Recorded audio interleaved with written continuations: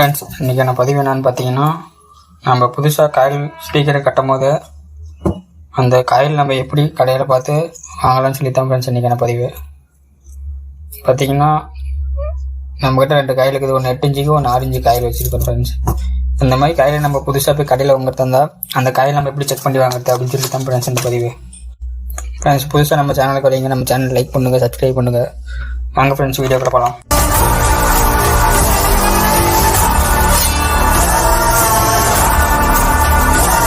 Friends, நீங்கள் முதல்ல coil வாங்க போகிறீங்கன்னா என்னென்ன கவனிக்கணும்னா பார்த்தீங்கன்னா தெரியும்.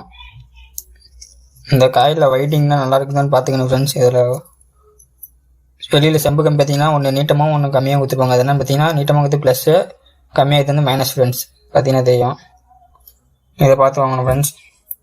அதுக்கப்புறம் இது வந்து பார்த்தீங்கன்னா 8 இன்ச்சு. நீங்கள் ஒரு ஸ்பீக்கரை காயில் கட்டிங்கன்னா அந்த ஸ்பீக்கர் நீங்கள் கடைக்கு எடுத்துகிட்டு போய் வாங்குறது ரொம்ப பரவாயில்ல ஃப்ரெண்ட்ஸ். ஏன்னா ஒவ்வொரு 8 இன்ச்சும் ஒவ்வொரு சைஸில் வருது.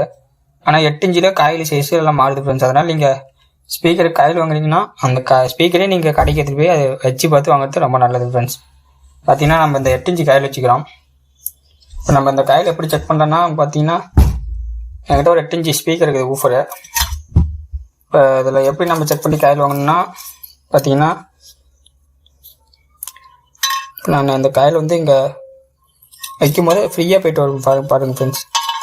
எந்த ஒரு டிஸ்டர்பன்ஸும் இல்லாமல் ஃப்ரீயாக போயிட்டு வரும். அந்த மாதிரி நம்ம காயில் பார்த்து வாங்கணும். இந்த மாதிரி நீங்கள் பார்த்து வாங்கினீங்கன்னா நல்லா காயில் வாய்ஸ் நல்லா வரும் ஃப்ரெண்ட்ஸ். பார்த்தீங்கன்னா தெரியும். நீங்கள் காயில் கட்டும் போது இந்த அளவுக்கு ஒரு 2 செம்பு வெளியில் தெரியுமா வச்சு காயில் கட்டணும். இந்த மாதிரி நீங்கள் பார்த்து வாங்கிட்டீங்கன்னா உங்களுக்கு எந்த ஒரு மிஸ்டேக்கும் இல்லை ஃப்ரெண்ட்ஸ். அப்புறம் வாங்கிட்டு வந்துட்டு காயில் ஒன்று பெருசாக வந்துடும், ஒன்று சின்னதாக வந்துடும். அதனால் நீங்கள் பார்த்து வாங்கிக்கணும் ஃப்ரெண்ட்ஸ்.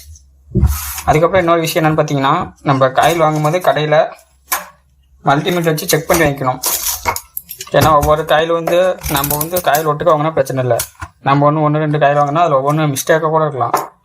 பார்த்தீங்கன்னா இந்த வைடிங்கில் ஏதோ பிரச்சனை இருந்துக்கலாம், காயில் எடுக்க மாதிரி இருந்துக்கலாம். அதனால் நீங்கள் மல்டிமீட்டர் செக் பண்ணி வாங்கிக்கணும் ஃப்ரெண்ட்ஸ். பார்த்தீங்கன்னா இப்போ நான் சொல்ல போகிறது என்னென்னா ஒரு முக்கியமான பாயிண்ட்டு. இது வந்து ஏற்கனவே காயில் கட்ட அவங்களுக்கெல்லாம் தெரியும். இப்போ யாரோ புதுசாக இப்போ தான் காயில் கட்ட ஆரம்பிக்கிறீங்கன்னா இங்கே பண்ணுற என்ன தப்புன்னா, இந்த காயில் வாங்கிட்டு வந்து பார்த்தீங்கன்னா தெரியும், இந்த காயில் வாங்கிட்டு வந்து அப்படியே இங்கே அந்த செம்பு காயில் செம்பு வயிறு போட்டு ஜாயிண்ட் அடித்து அப்படியே போட்டிங்க ஃப்ரெண்ட்ஸ். அந்த மாதிரி பண்ணுறது தான் மிக தவறான செயல். அதுக்கு என்ன பண்ணணுன்னா, நீங்கள் காயில் வாங்கிட்டு வந்து இப்போ மல்டிமீட்டர் நான் வந்து கண்டினியூட்டி மூலம் வச்சுக்கிட்டேன் பாருங்க. நான் அந்த காயில் உங்களுக்கு செக் பண்ணுறேன். அந்த காயில் உங்களுக்கு செக் பண்ணுறேன் பாருங்கள். நம்மளுக்கு கண்டினியூட்டியே காமிக்கல பார்த்தீங்கன்னா. பாருங்கள், இன்னொரு கையில் வச்சு அந்த கையில் செக் பண்ணுறேன். பார்த்தீங்கன்னா மைனஸு ப்ளஸில் வச்சுட்டு ப்ளஸில் வச்சுட்டேன். பார்த்தீங்கன்னா உங்களுக்கு கண்டினியூட்டியே காமிக்கல. இந்த பிரச்சனை எதனால வருதுன்னா, நம்ம காயில் வெயிட்டிங் பண்ணும் போது இங்கெல்லாம் பார்த்தீங்கன்னா தெரியும், இங்கே வந்து பேஸ்ட் போட்டிருப்பாங்க இந்த காயில் ஒட்டுறதுக்காண்டி. அந்த பேஸ்ட் வந்து என்ன ஆகுனா இந்த செம்புலையெல்லாம் இருக்கும். அதனால இந்த செம்பில் வந்து கரண்ட்டு பாஸ் ஆகணும்னு வச்சுக்கிங்களேன். பார்த்தீங்கன்னா தெரியும், கண்டினியூட்டியே வரல. இதுக்கு நம்ம என்ன பண்ணணும்னா, இது ஏற்கனவே இருக்கிறது தெரியும், புதுசாக கட்டுறீங்க, அது பார்க்காம அப்படியே கட்டிட்டீங்க. அப்புறம் கட்டி முடிச்சுட்டு கண்டினியூட்டி வரலன்னு சொல்லி ஃபுல்லாக வேஸ்ட்டாகி போயிடுது. அதெல்லாம் நீங்கள் என்ன பண்ணணும்னா, காயில் வாங்கிட்டு வந்தோடனே காயில் கட்டிங்கன்னா அந்த மாதிரி ஒரு கத்தியில் உங்கள்கிட்ட பிளேடு ஏன்னா நெருட்டி வச்சு கூட நீங்கள் ஹீட் பண்ணிக்கலாம். பாருங்கள், இந்த மாதிரி நல்லா சுரண்டி விட்ருங்க. இப்போ சுரண்டதுனால என்ன ஆகுனா, அது மேலே ஏதாவது பேஸ்ட்டு வேறு ஏதாவது டஸ்ட் இருந்தால் கூட எல்லாம் வந்துடும். பார்த்தீங்கன்னா தெரியும். இதையும் சுரண்டிடுறேன். இப்போ இந்த மாதிரி சுரண்டிட்டு இப்போ நான் வந்து மல்டிமீட்டரில் கண்டினியூட்டி வச்சு செக் பண்ணி பார்க்குறேன். இப்போ என்ன வருதுன்னு பாருங்கள். ப்ளஸில் ஒன்று பார்த்தீங்கன்னா தெரியும். நம்ம மல்டிமீட்டரில் சவுண்டு கேட்குதுங்களா? இந்த மாதிரி நீங்கள் காயில் நல்லா நீட்டாக சுரண்டி விட்டு அந்த செம்பு கம்பி தெரியுற மாதிரி அதுக்கப்புறம் நீங்கள் காயில் ஸ்பீக்கரில் வச்சு ஃபிட் பண்ணிக்கலாம். ஏன்னா நிறைய பேர், இப்போ நானே என் ஃப்ரெண்டு கூட வந்துருக்கிறான், எடுத்தோடனே காயில் வாங்கிட்டு வந்து அப்படியே புதுசாக வாங்கிட்டு வந்து அப்படியே கட்டிவிட்டான் ஃப்ரெண்ட்ஸ். அது என்னாச்சுன்னு பார்த்தீங்கன்னா, கட்டி முடிச்சுட்டு நம்மளுக்கு கண்டினியூட்டே வரல. அதுக்கப்புறம் என்ன பிரச்சனை பார்த்தோமா, நம்ம இந்த காயில் தான் பிரச்சனை. இந்த சுரண்டாமல் போடுறதுனால இடத்த எங்கேயும் பாஸ் ஆகணும்னு வச்சுக்கோங்களேன் கரண்ட்டு.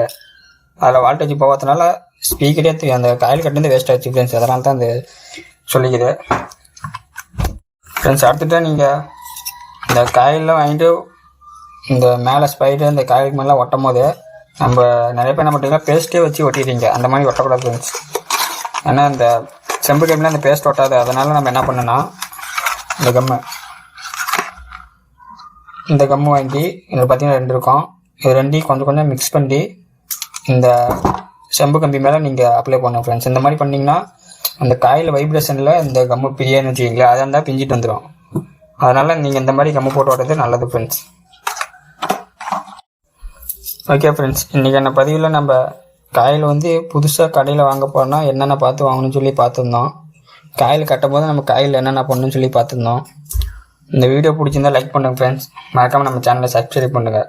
Thank you friends. இன்னொரு வீடியோவில் சந்திப்போம்.